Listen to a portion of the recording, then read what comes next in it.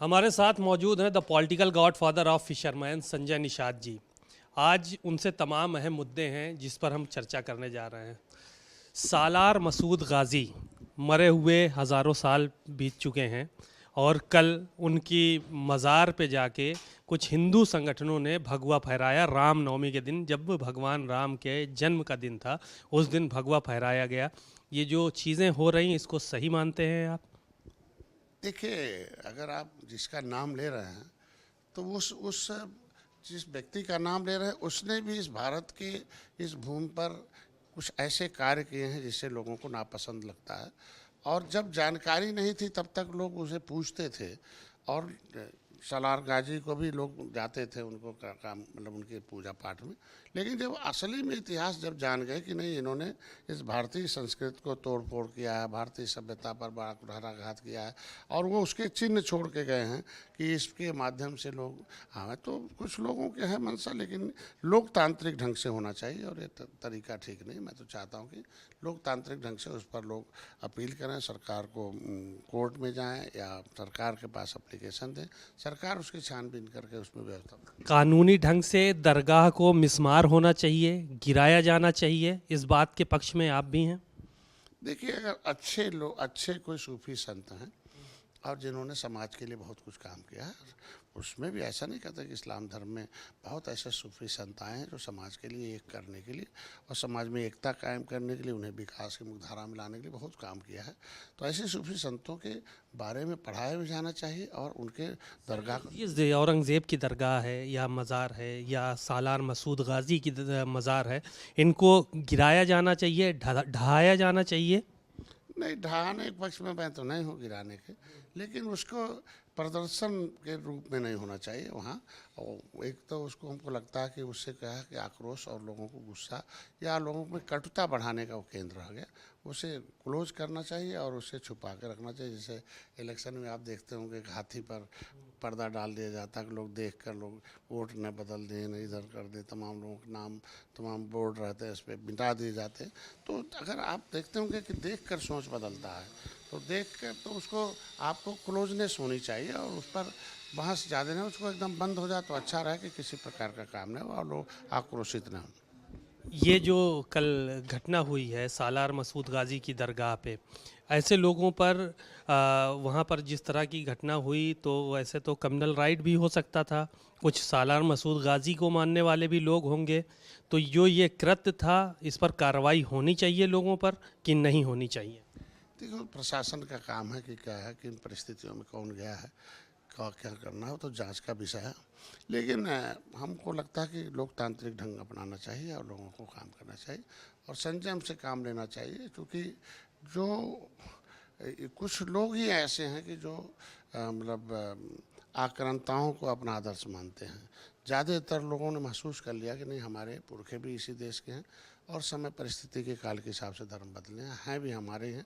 तो आपस में किसी भी प्रकार का मतलब कोई टकराव नहीं होना चाहिए, मिलजुल कर। ये स्वामी प्रसाद मौर्य इसी बात को कह रहे हैं कि इस देश में तमाम ऐसे लोग हैं जो आक्रांताओं को अपना आदर्श मानते हैं और बहुत सारे लोग नाथूराम गोडसे को अपना आदर्श मानते हैं। तो उन पर भी कार्रवाई होनी चाहिए, ये उनका कहना है। देखिए, अब उनके बातों को टिप्पणी नहीं करेंगे, लेकिन इतना ज़रूर कहेंगे कि कौन आक्रांता है, कौन आक्रांता जो इस देश में संस्कृत विध्वंस किया हो, नरसंहार किया हो, तमाम महिलाओं को जोहार करना पड़ा हो और धार्मिक आधार पर ढेर सारे उसमें उस तरीके के लोगों को आपस में लोगों को कटुता पैदा किया हो, तो उसको माना जा सकता है आक्रांता। कोई एक व्यक्ति के किसी किसी मामले को लेकर किसी को उसको हर श्रेणी में नहीं लाया जा सकता कि उसी से उसको जोड़ा जा सकता है। लेकिन आज के दिन में मैं इतना ज़रूर कहूँगा कि आक्रांताओं का जो इतिहास है उसे ढकना चाहिए, उसे लोगों से दूर रखना चाहिए और लोगों को आपस में कटुता न हो, एक होकर रहें। मेरे ख्याल वक्फ बिल संशोधन जो हुआ है, राष्ट्रपति ने भी मुहर लगा दी है, तमाम बातें उसमें हुई, विरोध भी हुआ, विपक्ष ने विरोध किया, उलमा ने विरोध किया, मौलानाओं ने, तंजीमें जो मुस्लिम थीं, यहाँ तक कि मुस्लिम पर्सनल लॉ बोर्ड, उसने भी खूब जम के विरोध किया। लेकिन सत्ता पक्ष के लोग कहते रहे, आप लोग कहते रहे कि ये मुसलमानों की, गरीब मुसलमानों की भलाई के लिए है। जबकि जो भी मुस्लिम तंजीमें हैं वो तो एक भी नहीं कह रही कि ये मुस्लिम की भलाई के लिए है। तो इसके पीछे क्या वजह है, कैसे ये भलाई होगी? देखिए, अल्पसंख्यक आयोग बना हुआ है किसी समुदाय की सुरक्षा, समृद्धि, उसे न्याय के लिए, सम्मान के लिए, पहचान के लिए। तो उसी तरीके से अनुसूचित जाति आयोग है, तो अल्पसंख्यक आयोग भी है।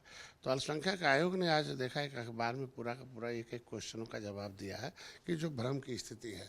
तो आयोग के उस क्वेश्चनों को लोगों को पढ़ना चाहिए कि आयोग ही इसीलिए बना हुआ है, और आयोग अगर वो काम न करे तो आयोग के अंदर परिवर्तन लाना चाहिए। आयोग कह रहा कि नहीं नहीं, सब परीक्षण करके सही है। तो अगर क्या नुकसान है, नुकसान किसका है?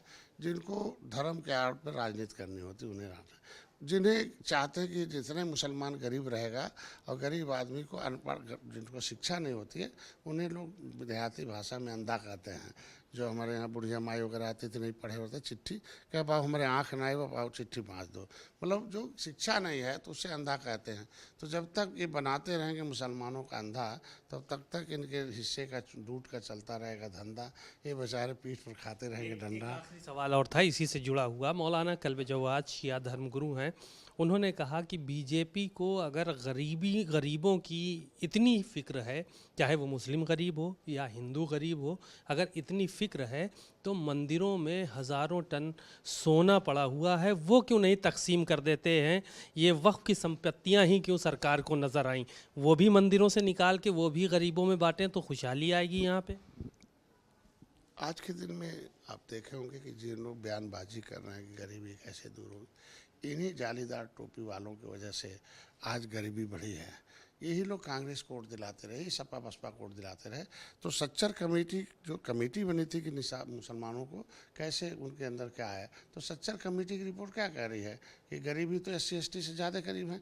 तो मेरा समाज, मेरी सरकार उन्हें अनाज दे रही है, मकान दे रही है, इलाज दे रही है, अब चाहती है उन्हें व्यवस्था दे दे। कब तक हम अनाज देंगे, कब तक मकान देंगे? तो एक कम्युनिटीज़ के अंदर रहने वाला जो प्रॉपर्टी है, तो अगर किसी मस्जिद में अगर हिंदू को घुसाते हैं, हिंदू को मुस्लिम को घुसाते हैं, तो ये आपस में कटुता का होगा। अगर पड़ा हुआ उनके कम्युनिटीज़ में खुद ज़मीन, और अल्लाह के बंदे हैं गरीब, और अल्लाह के नाम पर मिला हुआ धन अगर उन गरीबों में बांटा जाएगा, तो क्या दर्द है इनको? आखिर दान किस लिए लिया? और दान में मिली हुई जो संपत्ति है बेचा जाएगा, किसी बिल्डिंग बनाया जाएगा। इनको स्वास्थ्य, शिक्षा, रोजगार सब देना चाहिए। ये कहने का मतलब है। धन्यवाद, बहुत बहुत शुक्रिया आपका। आपने संजय निषाद जी को सुना, बहुत सारी बातें उन्होंने कही। कैमरामैन मेहदी हसन के साथ सीमा अब नकवी, भारत समाचार, लखनऊ।